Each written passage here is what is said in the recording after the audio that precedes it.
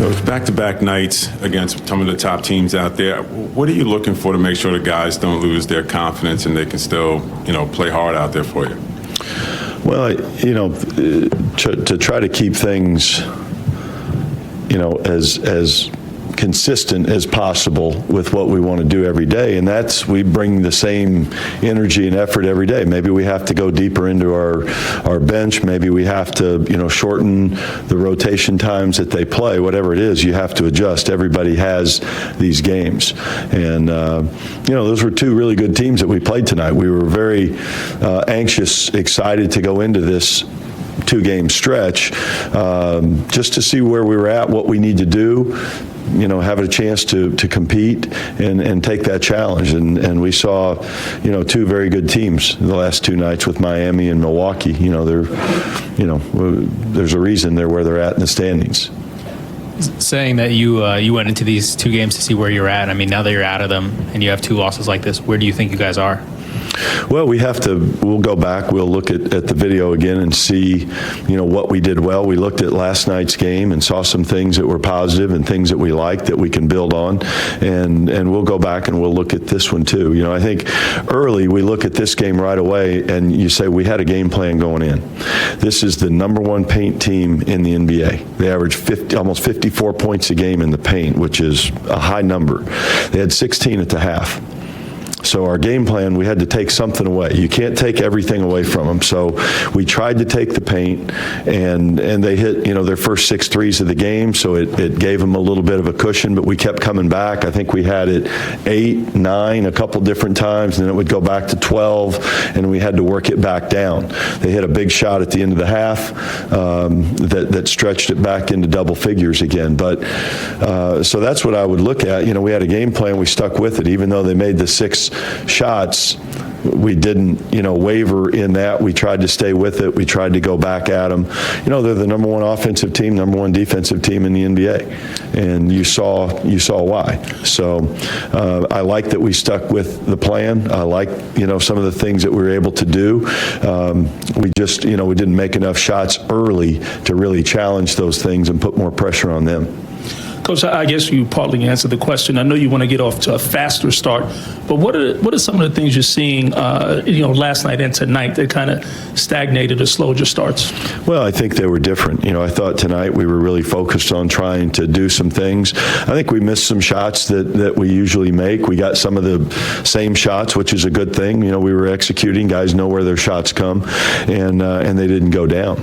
So it's difficult. When you see the other team, they start making shots, and we stayed within ourselves and we kept working through it and just couldn't get close enough, as I said, past that 8-point, whatever, I think it was 8 maybe, where we cut it after we got down, that we kept getting it back to 8, and we were on the verge. We needed one more stop and a score, to take that next step. You had made the lineup change today, and you guys got off to I think it was 23-6 a couple minutes in. Did you like what you saw from Elfrid, and I guess kind of what you think about that lineup? Well, we go back again and kind of look. I mean, Elfrid had 10 assists and 2 turnovers. And so the one thing we've seen him do consistently here as he's come back from his injury is he's helping other people. And you have to have that facilitator and that guy that does it. And he's taken, that role, and he's done a very good job with it. And again, I'll be repetitive, but we've continued, when we've needed it and the game calls for it, we've used all the guards. We needed somebody downhill, so we gave Dennis a shot in there too, and he was able to get downhill and break through it, and keep working the game as we were trying to make our way back. Second straight game for Mitchell fouling out. Why do you think that is after he seemed to keep that in check for a string of games there? Well, last night it was really late in the game when he fouled. He played 28 minutes. So it didn't, the game last night I don't think really limited anything.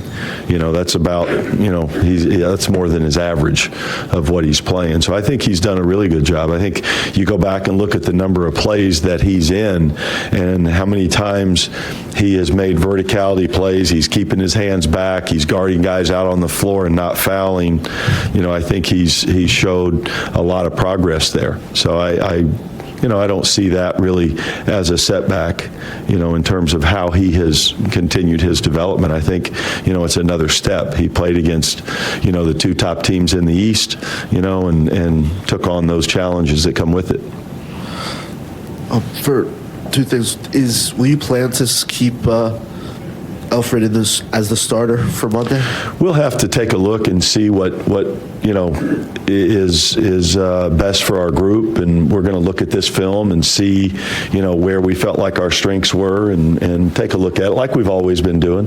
But he's been playing very consistently. He really has. The other thing is, what have you thought of Knox lately? He obviously played very well tonight. Had a few blocks, a few steals. What have you thought of just him the last few games? Really like the aggressiveness that he's playing with the blocks that you're talking about. He's getting those drives. He's taking that ball, in at the bigs. They're a difficult team with their coverages. There's a reason they're the top team, and they're really good at what they do. So there weren't a lot of openings, but he was driving it down there, taking contact and being aggressive. Wasn't just, one-dimensional where he was looking, for perimeter shots. He was moving. He was cutting. He shot some, a couple of floaters, and I like that. I like to see that versatility. He's going to continue to score more as he does that.